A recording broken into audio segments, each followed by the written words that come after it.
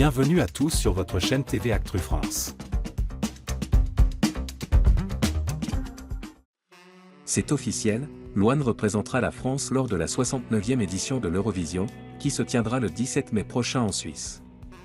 Révélée par The Voice en 2013, l'artiste aux multiples succès s'apprête à relever l'un des plus grands défis de sa carrière.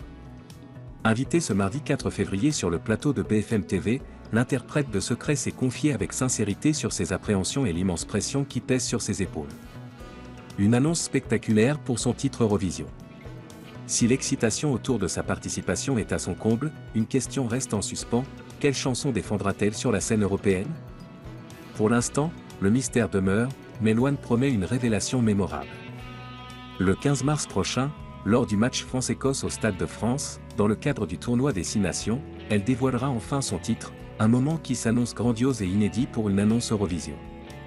Une remise en jeu de ma carrière, Louane face au défi Eurovision.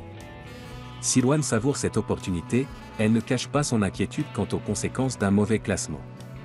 Ça fait 12 ans que je fais ce métier en France. C'est un peu une remise en jeu de ma carrière aussi, parce que si je ne suis pas bien classé, ça va être difficile de revenir. A-t-elle confié avec une certaine appréhension. Malgré tout, l'artiste garde espoir et affiche une ambition sans faille.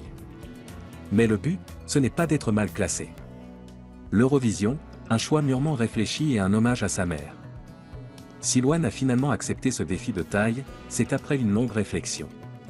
La décision de participer ne s'est pas prise à la légère, mais un élément en particulier a fini de la convaincre, un hommage à sa mère, décédée en 2014. L'Eurovision, c'était une institution pour nous à la maison. C'est un rêve qu'elle avait. Cet aspect personnel donne une résonance encore plus forte à sa participation, transformant cet événement en un moment particulièrement symbolique pour elle et ses proches. Louane peut-elle décrocher la victoire tant attendue? Depuis Marie-Myriam en 1977, L'Oiseau et l'Enfant, la France rêve d'une nouvelle consécration à l'Eurovision. Amir, Bilal Hassani et Lazara ont tenté leur chance ces dernières années avec des résultats mitigés. Louane réussira-t-elle à briser la malédiction et offrir à la France la victoire tant espérée? Réponse le 17 mai prochain sur la scène suisse de l'Eurovision. À suivre de près.